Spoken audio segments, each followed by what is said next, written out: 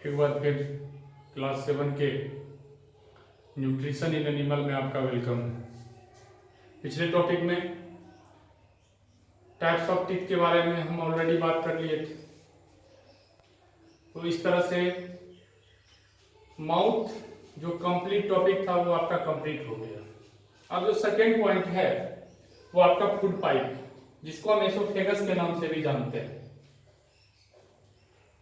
Point है starts from neck region and run until the chest.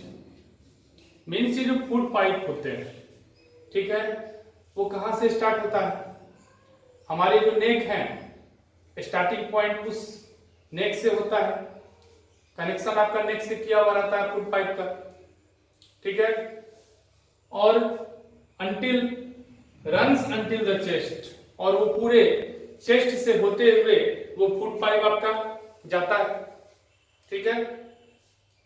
Second point, food passes through food pipe and reaches stomach. और कुछ भी हम जो भी खाते हैं वो फूड किस होते हुए जाता है? हमारे माउथ से होते हुए वो फूड पाइप में जाता है, और फिर वो कहां पे पहुंचता है? स्टोमक में पहुंचता है, ठीक है। Food moves in downward direction, और हमेशा जो फूड जाती है, भोजन जो मतलब हमारे शरीर में जाती है, उनका डायरेक्शन कैसा होता है? Downward direction. लेकिन कभी कभी क्या होता है कि कुछ गलत चीज खा लेने से आपका वो फूड जो है डाइजेस्ट नहीं हो पाता है, और कभी कभी वो आपका वोमिटिंग के रूप में बाहर निकलता है। तो जब वोमिटिंग होता है हमें, तो उस समय में डायरेक्शन क्या हो जाता है फूड का? Upward direction. तो वो कभी कभी होता है, हमेशा वो नहीं होता है। जब हमारी तबीयत खराब होती है तब उस समय हमको इस टाइप का देखने को मिलता है, ठीक है। अमूमन जो फूड का डायरेक्शन है, जो फूड मूव करती है, वो हमेशा आपका डाउनवर्ड डायरेक्शन में मूव करती है। ओके, नाउ स्टोमक के बारे में हम बात कर रहे हैं, ठीक है। It is a bag like structure in flat U shape. Stomach का जो स्ट्रक्चर होता है वो यू के आकार का होता है, फ्लैट, ठीक है, फ्लैट यू के आकार का होता है। ओके, और इस टाइप के मतलब लगते हैं ये स्टोमक देखने में कि एक बड़ा सा थैला जैसा लगता है। ओके, तो इसीलिए लिखा गया है it is a bag like structure in flat U shape. Okay, now second point में हम क्या लिखे हैं? It is connected with the food pipe and small intestine, ठीक है। ये स्टोमक जो हमारे हैं उनका स्टार्टिंग पॉइंट कहां पे है? Food pipe. फूड पाइप जहां पे खत्म होता है वहां से आपका स्टोमक स्टार्ट होता है, ठीक है। और स्टोमक जहां पे लास्ट करता है, ठीक है, जहां पे एंड पॉइंट है स्टोमक का, वो वस्तुतः स्मॉल इंटेस्टाइन का स्टार्टिंग है। ओके, तो इस तरह से हम समझ सकते हैं। तो एक तरह से ये जो हमारा स्टोमक है वो कनेक्टर का काम करता है। किसके बीच में कनेक्टर का काम करता है? फूड पाइप और स्मॉल इंटेस्टाइन के बीच में एक कनेक्टर का काम करता है, ठीक है ना। अब आइए इसी में थोड़ा हम बात करते हैं। Stomach lining produces three things, ठीक है। स्टोमक का जो लाइनिंग है अंदर में, वो तीन चीजें प्रोड्यूस करती है, ठीक है। कौन कौन चीजें हैं? एक म्यूकस। ये म्यूकस का काम क्या है? ये म्यूकस जो है it protects the lining of the stomach against the acid, ठीक है। स्टोमक के लाइनिंग को वो प्रोटेक्ट करता है ये म्यूकस। किसके अगेंस्ट में? एसिड के। जो भी एसिड आपका मतलब जनरेट होता है पेट में, उन एसिड से ये म्यूकस क्या करता है? उनसे प्रोटेक्ट करता है। क्या चीज को? स्टोमक के लाइनिंग को। ओके, नाउ हाइड्रोक्लोरिक एसिड, ये क्या चीज है? Kills bacteria that इंटर्स along the food. जो भी बैक्टीरिया फूड के साथ में आ जाते हैं, ठीक है, उन बैक्टीरिया को ये हाइड्रोक्लोरिक एसिड जो है वो खत्म करता है, ठीक है। और एक डाइजेस्टिव जूस भी आपका स्टोमक लाइनिंग प्रोड्यूस करता है। इसका काम क्या है? Break down protein into simple substance, क्योंकि हम सभी जानते हैं कि प्रोटीन कार्बोहाइड्रेट्स ऐसे सब्सटेंस हैं जिनको मतलब डाइजेस्ट नहीं किया जा सकता है, तो इसको फिर क्या किया जाता है, कैसे डाइजेस्ट होगा, इन सभी कॉम्प्लेक्स सब्सटेंस को सिंपल सब्सटेंस में कन्वर्ट किया जाता है, और इस सिंपल सब्सटेंस में कन्वर्ट करने के लिए हेल्प कौन करता है, यही डाइजेस्टिव जूस हेल्प करता है। ठीक है, तो इस तरह से हम देखें कि स्टोमिक लाइनिंग किस प्रकार से तीन चीजें प्रोड्यूस करता है, म्यूकस, हाइड्रोक्लोरिक एसिड और डाइजेस्टिव जूस। ठीक है,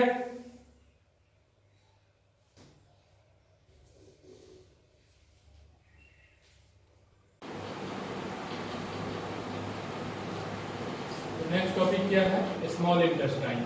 स्मॉल इंटेस्टाइन में इट इज हाईली क्वाइल्ड। ठीक है, एक्चुअली में इसका जो शेप होता है स्मॉल इंटेस्टाइन का, फिगर में अगर आप बुक में देखिएगा, एनसीईआरटी के बुक में, तो जिस प्रकार से आप मोटिन का कॉइल आप देख रहे हैं, ठीक जस्ट लाइक उसी टाइप से ये सर्कल के स्ट्रक्चर में होता है, इसीलिए बोला गया है it is highly coiled. Okay, now second point, almost 7.5 centimetre long. Means अगर इसे आप इस कॉइल को अगर खींच के लंबा कर दें स्ट्रेट में और उसको फिर आप मेजर करें तो एग्जैक्टली वो 7.5 मीटर लंबा होगा। Okay, next point, complete digestion takes place here. और एक तरह से देखा जाए तो हमारे शरीर में जो भी डाइजेस्ट होता है वो सारी प्रक्रिया इसी स्मॉल इंटेस्टाइन में कंप्लीट होती है। Okay, next, small intestine receives secretes, a small intestine receives secretion from two glands, liver, pancreas। जैसा कि हम बात किए थे पिछले टॉपिक में, पिछले वीडियो में हम बात किए थे कि हमारे शरीर से कुछ ऐसे ग्लैंड्स, हमारे शरीर में कुछ ऐसे ग्लैंड्स हैं जो डाइजेस्टिव जूस को सीक्रेट्स करती है। ठीक है, जैसे कि यहाँ पे मान लीजिए लीवर है, पेंक्रियाज है, इन दोनों ग्लैंड्स की मदद से हम हमारे शरीर में क्या होता है, डाइजेशन की प्रक्रिया कंप्लीट होती है। सबसे पहले लीवर के बारे में बात कर रहे हैं, तो liver reddish brown in colour, ये कलर में कैसा होता है, रेडिश ब्राउन कलर का होता है।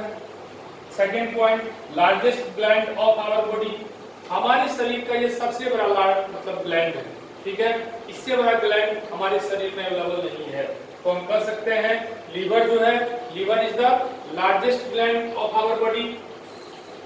Third point, secretes a digestive juice called bile, और इस लीवर से एक डाइजेस्टिव जूस का सीक्रेशन होता है जिसे क्या बोला जाता है, बाइल बोला जाता है। ओके, फिर bile juice is stored in gall bladder, और ये फिर जो सेक्रेशन होता है इससे लीवर से, जिसको हम बाइल जूस कहते हैं, वो बाइल जूस फिर कहाँ पे स्टोर होता है जाकर, फिर वो गॉल ब्लैडर में स्टोर होता है। ठीक है, it helps to digest fat, और ये जो आपका बाइल जूस है ये क्या चीज में मदद करता है, फैट को पचाने में मदद करता है। ठीक है, नाउ पेनक्रियाज के बारे में, इस कलर में होता है ये क्रीम कलर्ड ग्लैंड, इसका कलर कैसा होता है, क्रीम कलर का ये ग्लैंड होता है। Second point, secrets pancreatic juice that help in digestion of fats, carbohydrate and protein, और जैसे यहाँ पे लीवर डाइजेस्टिव जूस जो सेक्रेट कर रहा था उसको हम क्या बोल रहे थे, बाइल बोल रहे थे, और यहाँ पे ये पेनक्रियाज जो जूस का सेक्रेशन करता है उस जूस को क्या बोला जाता है, पेनक्रियाटिक जूस बोला जाता है। ठीक है, और वो क्या चीज में मदद करता है, it's also helps in digestion में ये भी मदद करता है, क्या चीज के डाइजेशन में, फैट्स के डाइजेशन में, कार्बोहाइड्रेट्स के डाइजेशन में और प्रोटीन के डाइजेशन में। ठीक है,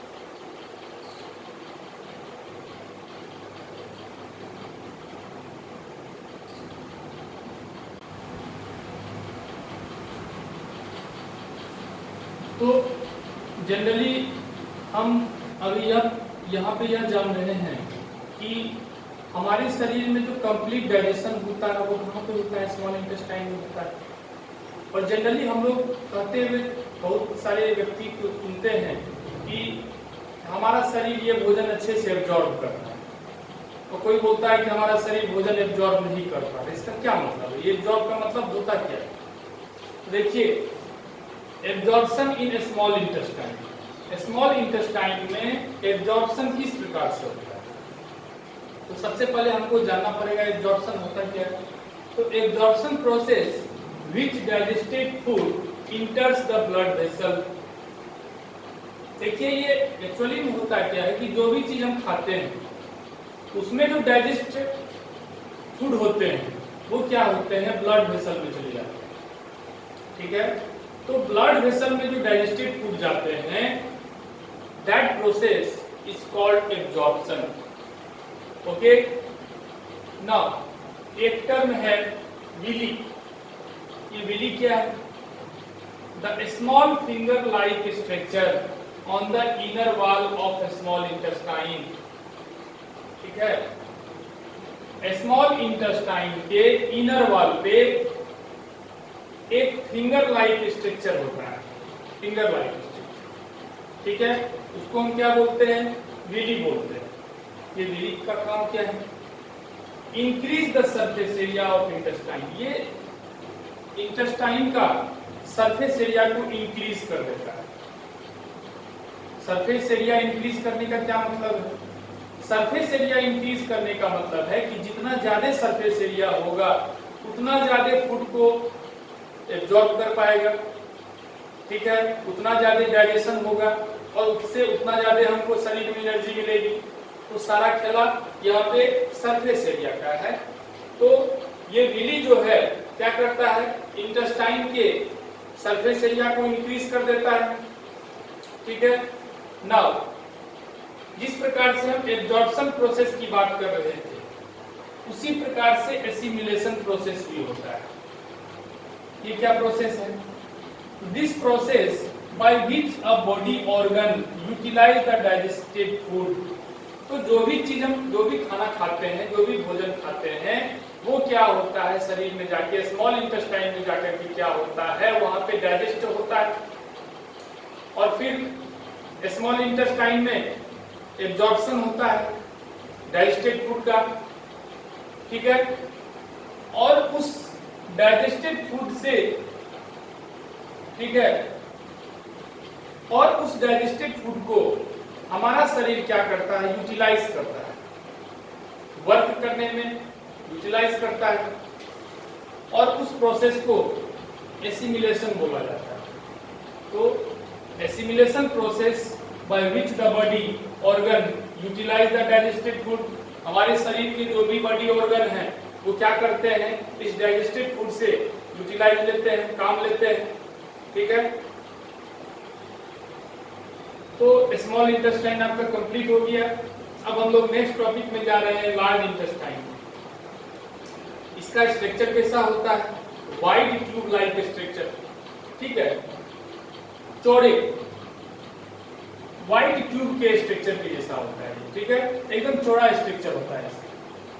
और जिस प्रकार से हम बात किए थे कि स्मॉल इंटेस्टाइन आपका 7.5 मीटर लंबा था, उसी प्रकार से यहाँ भी लार्ज इंटेस्टाइन आपका 1.5 मीटर लॉन्ग है। ठीक है, नाम के जस्ट अपोजिट 1.5 मीटर क्या बहुत स्मॉल, लेकिन फिर भी इसे स्मॉल ये लार्ज इंटेस्टाइन बोला जाता है। लेकिन जबकि वहां पे क्या था? स्मॉल इंटेस्टाइन 7.5 मीटर लॉन्ग था। तो नाम के अनुसार जो है काम नहीं हो पा रहा है। ठीक है, तो तीसरा पॉइंट है, any food that is left undigested passes to large intestine. अब होता क्या है कि ऐसा तो नहीं है कि जो भी हम खाते हैं वो सारा का सारा जो है मतलब डाइजेस्ट हो जाता है। तो जो भी फूड हमारा डाइजेस्ट नहीं होता है शरीर में, वो फिर कहाँ पे चले जाता है? वो फिर लार्ज इंटेस्टाइन में चला जाता है। ठीक है, rest of the waste undigested food passes through the rectum. और उनमें से जो भी अनडाइजेस्टेड फूड है वो फिर कहाँ चले जाते हैं? रेक्टम में चले जाते हैं। ठीक है, बात समझ रहे हैं। और फिर जिस प्रकार से हम एब्जॉर्प्शन प्रोसेस की बात किए, जिस प्रकार से हम एसिमिलेशन प्रोसेस की बात किए, उसी प्रकार से हम यहाँ पे डाइजेशन प्रोसेस की भी बात कर रहे हैं। ये क्या होता है? तो this process by which waste undigested food get out of the body through the anus.